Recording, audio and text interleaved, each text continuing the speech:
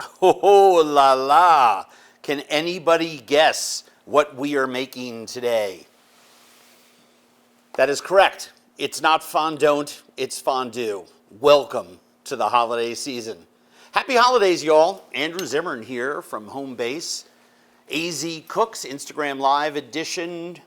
Good holiday cheer coming to all of you from our fabulous sponsors at Shun Cutlery, the finest cutlery in the land, and my friends at Flor de Caña Rum, the world's most sustainable rum. And if you do like to drink, especially if you like rum, you should be drinking Flor de Caña, Nicaragua's finest. Delicious stuff, especially some of their aged bottles, and they have many different kinds. Next week, we are going to be doing some incredible drinks from our good friends at, including the rum from our good friends at Flor de Caña, as well as some NA versions of those cocktails and some fun snacks. But you know, I haven't cooked this in a long time, and I happen to love fondue. And like wide lapels and double-breasted suits and, you know, the color avocado green, things that everyone said we will never go back to making those pop culture stalwarts from the 70s. We're never going to make that hot again. Well, I'll tell you, fondue is fantastic. And with the availability in supermarkets all over the United States of really good cheeses, cave-aged Gruyere, Appenzeller, Emmentaler, and other semi-soft aged cheeses like Fontina, for example, which is everywhere. You have cheeses that have a really nice melt point, that are nutty, that have just enough of that funk and umami to be delicious when you dip a bread cube into it. But before I start and show you how I make my fondue, I always make my fondue dipping platter first. Bread cubes are a must. I do like to cut them and let them stale out a little bit because they're going into cheese. If they're too soft, you can lose bread cubes off of your fondue fork, which, by the way, is my favorite part of the whole thing, deciding who's, it's like Monopoly, like who gets the little race car or the dog, you know, who gets light blue or yellow. I want yellow. We have several different kinds of sausage. We got ours from Kramarczyk's here in Minneapolis. A fantastic third-generation family business. Now there are great sausages, and even supermarkets are carrying really nice sausages. Then you can either cook, cool, and slice, or some come already cooked or smoked, and you can just slice them up.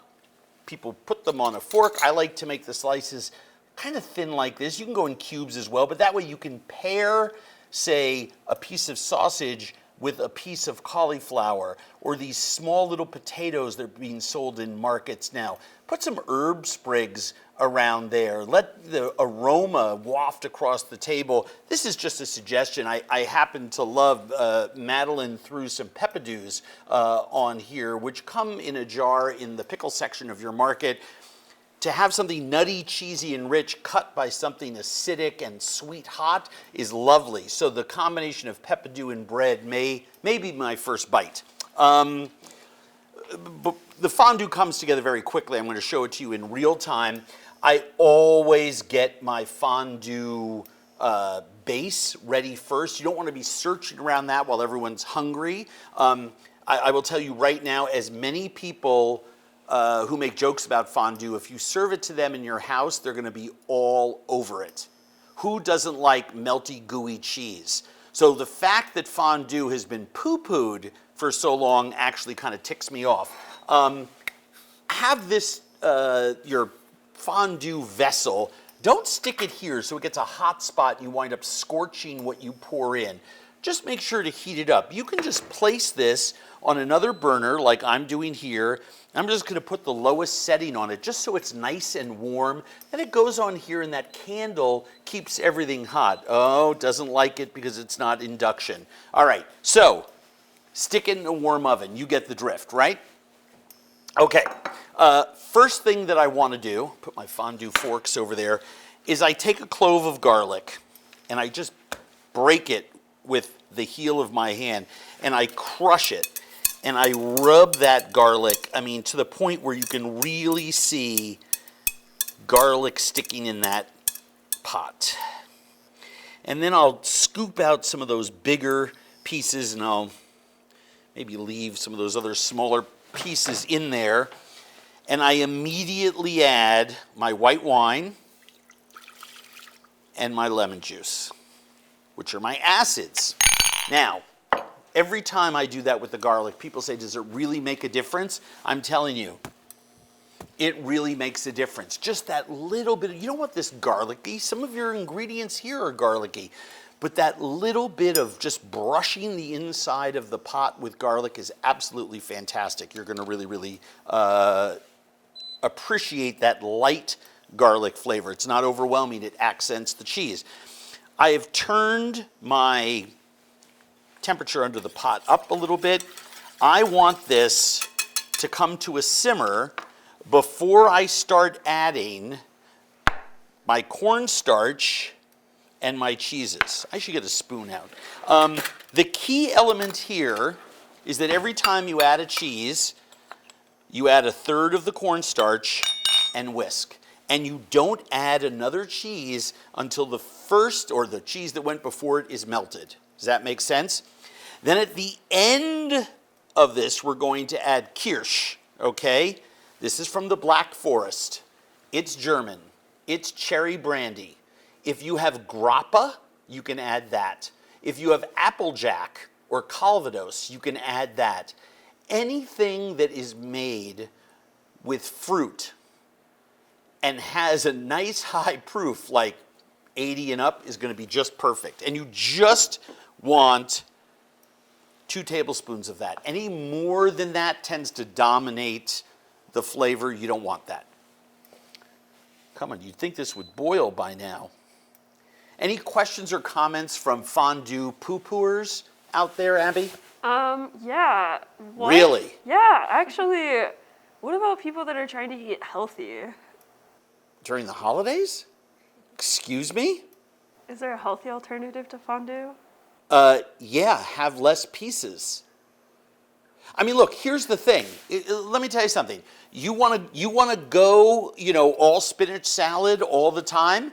I'm not gonna yuck on your yum. I endorse that, absolutely. I'm actually trying to lose weight myself right now. I had a nice salad that I bought at the airport. I flew in from LA today. So, I'm trying to take the pounds off, right? But I'm definitely going to make this as part of my holiday spread for folks when they come over to the house. I don't have to sit there and gorge myself on it. And by the way, eating some of these vegetables, carrots that you can leave whole or slice. Sometimes I like to let people, grab a steamed carrot. The broccoli, the cauliflower, and dipped in a little bit of cheese is not going to throw you off your game that much. I would rather, here's the deal for me, I would rather have a couple bites of fondue at a party than sit at home at night watching a movie and eat chocolates or holiday cookies. That's just my deal, right? So balance in everything, balance in everything. If you are lactose intolerant, this is not the dish for you. What can I say? But who doesn't love cheesy, gooey goodness? And that's what we're gonna have in just a short amount of time. All right, so first up is our cave age Gruyere. You can see, do you wanna take a quick shot? It's simmering. You just want that light simmer, right? You don't want a heavy boil. And you pour that in with that cornstarch. And I can get this to melt right off the heat because I don't stop yelling at me. I'm just going to get that on something a little lower. Look at that. Look how beautifully that's sort of melted and incorporated in there. What's the cornstarch for? The cornstarch actually binds the fats that are in the cheese. And I'm going to go ahead and add our Emmentaler and the rest, or the second third of our cornstarch. And you can see that this is getting to be much more fondue-like. Of course, I picked the worst whisk and pot combination known to man. And I should have noted, if you have a balloon whisk like this and a narrow pot, no es bueno. Maybe I can go lefty, swirl this together and find a more, thinner, stiffer whisk. So would you say that's a fondant? That would have been a fondant moment. That's exactly right. You want a stiff, narrow whisk for this so that you're not making big movements. And I'm just slowly, you can see the steam coming off there. Someone wants to know if you can keep leftover fondue? Yes, if you have the cornstarch in it, it will keep, but you're not going to have leftover fondue. And by the way, volume-wise, we're not pushing a ton of this at you. You don't want to, I don't sit down to a meal of cheese fondue. I will with meat fondues. By the way, suggestions on here, I've used cubes of leftover roast beef, slices of roast chicken with this. Really, really nice. I just raised the heat on this a little bit, just so the rest of my cheese is melting. By the way, supply chain. Let's talk about supply chain. I've had people tell me that, they go to their local supermarket to buy whatever brie cheese, and they say, not this week. What was it that I went to the supermarket for last week? Madeline told me she went to a supermarket here and they were out of ground pork and told her we won't have any till next week. But the other supermarket, a different chain down the street, had tons of ground pork. So different supermarkets buy from different mainline wholesalers and have different arrangements. But you're looking for these semi-soft to hard. Don't use Parmesan, Pecorino Romano, and aged 3-year-old aged Gouda. Those are all hard, dry cheeses. You're just going to wind up with something that's a salt bomb, right? You want these mellow, nutty cheeses. And look, I've gone nice and slow, and I've melted the second batch of our cheese. So now I'm going to add the third one. And you can see that this is starting to come together and look more like a proper fondue in terms of texture. We're going to melt this cheese, and then we're going to add our seasonings. And our seasonings are a little bit of salt and pepper and nutmeg. Nutmeg is so fantastic with cheese. It brings out all of the goodness. It's a wonderful contrasting flavor. Just keep whisking. I told Madeline earlier, I'm having PTSD. I don't know how many of you watched Family. I've made this recipe, this is the 51st time I've made it. It's just, I make this a couple times a year and have for a long time. And one of the things that's really funny about it is that it's super consistent. And I was making this at the Von Trapp family's lodge for the Von Trapp family, the family from Sound of Music. And I put it in and it broke. And it never happened to me before. And it can't break. That's what the slow temperature, it's not boiling. We have the cornstarch, and it broke, and I have no idea why. I went and I made it a second time, and it was fine, but I have PTSD from it because, the last thing that I want to do is ruin the fondue, but look at that.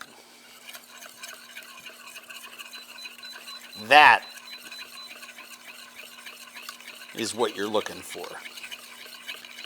And it's okay to come off the heat, pour in your kirsch, woo!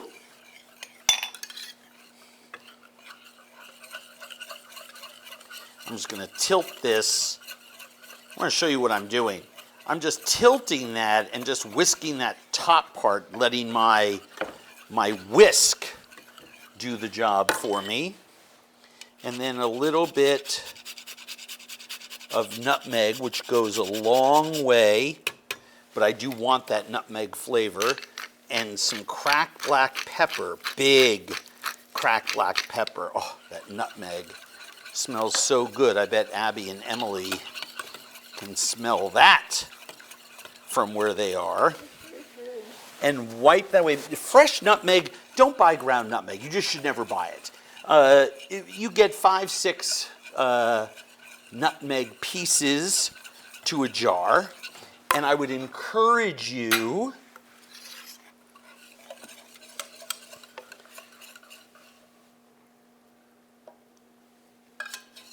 to grind your own to order.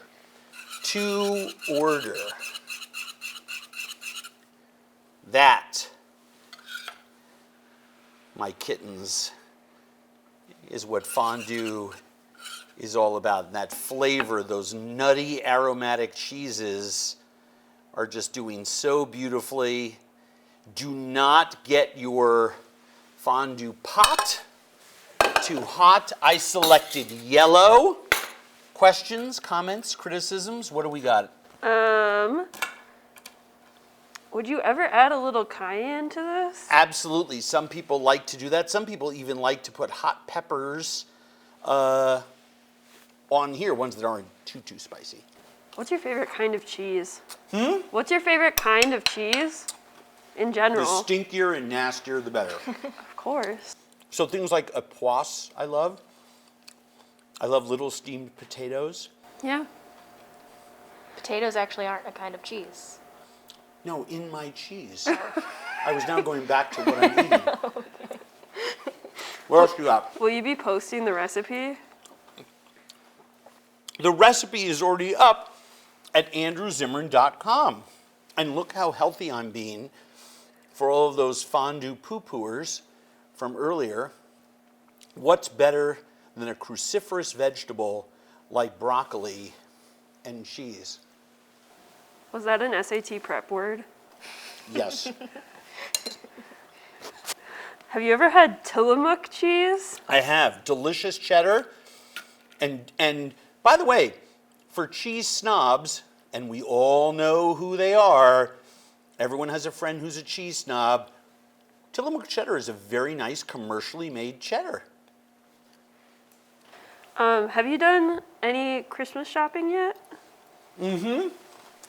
I have. Have you gotten anything good? I ordered some Grateful Dead sweaters for some close friends of mine that are big fans of the Grateful Dead. I bought some wine for some friends who are wine geeks.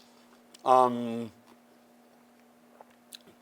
I'm playing Santa Claus around the office.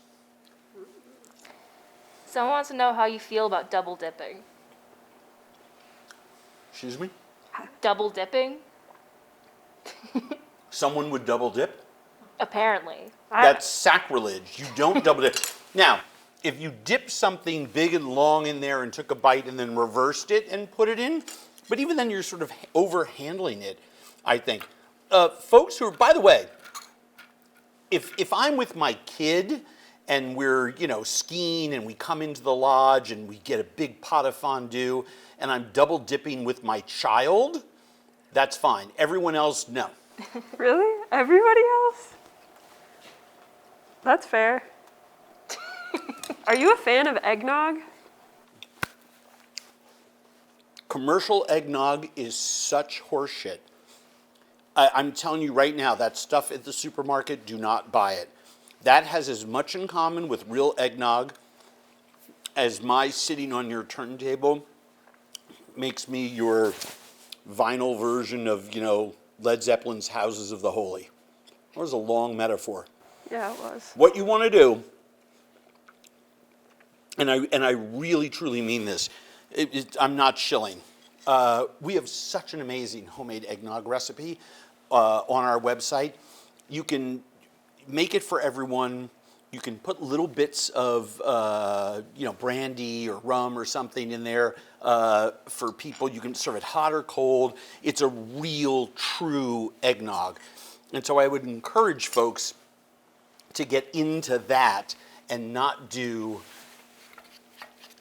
the usual sort of, oh, I'll pick it up at the gas station. I mean, oh my God, I've had such bad eggnog.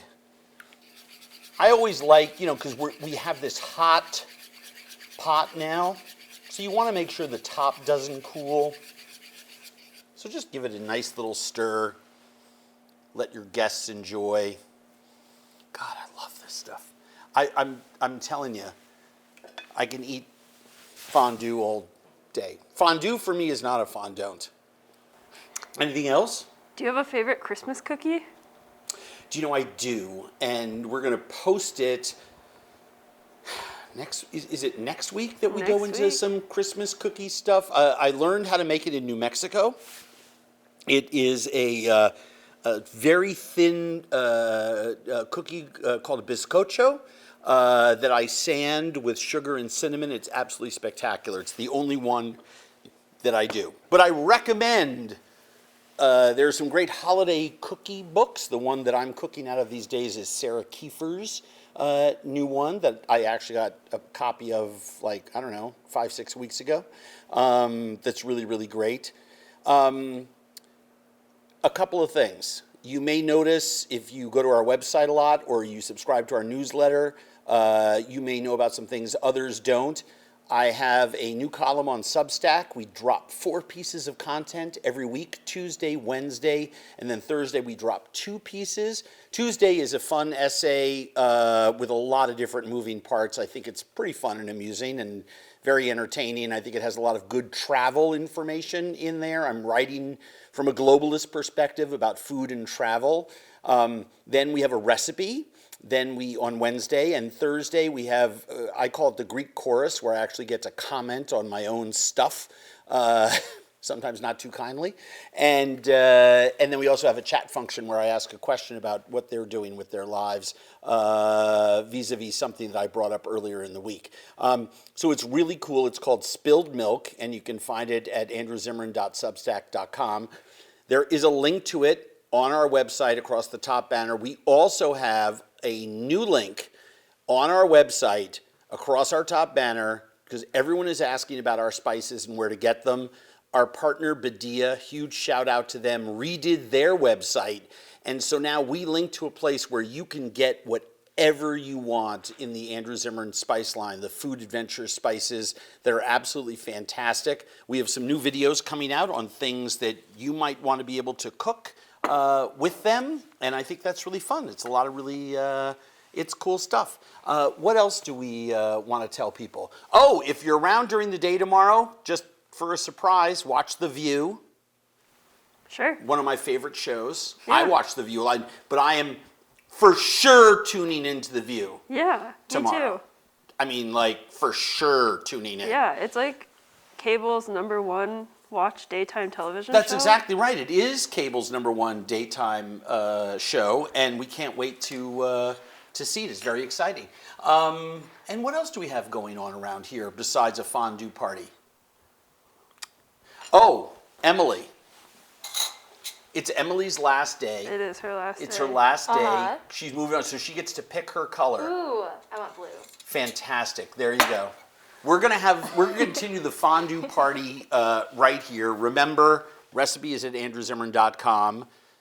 2 new things at the top of our page: the Substack, the spices. Watch The View tomorrow. Next week, we are loading you up on holiday treats and tips and cookies and entertaining and all that stuff as everybody gets ready to coast into the Christmas holiday. And then we get ready for New Year's. And then it's 2022, and hopefully we can talk about all the exciting things that we have going on here that we can't talk about now, which is killing me because I have some really big news for everyone. What else do we have? A last question from a Do we loyal have a viewer? last question from a loyal viewer? Where do you get your knives sharpened in the Twin Cities? Oh, well, some people take them to their local supermarket that does a really good job. I sharpen my own. As a matter of fact, if you subscribe to Substack, you would know that I get a lot of my goodies at Corrine, the knife store and Japanese tableware store in New York, and I get my stones from them. And if you've been watching this program, you've seen me sharpen. We have a knife sharpening tutorial using the shun stones that I love. So I have a whole set of stones, and every couple of weeks I just put a new edge on whatever's gone dull.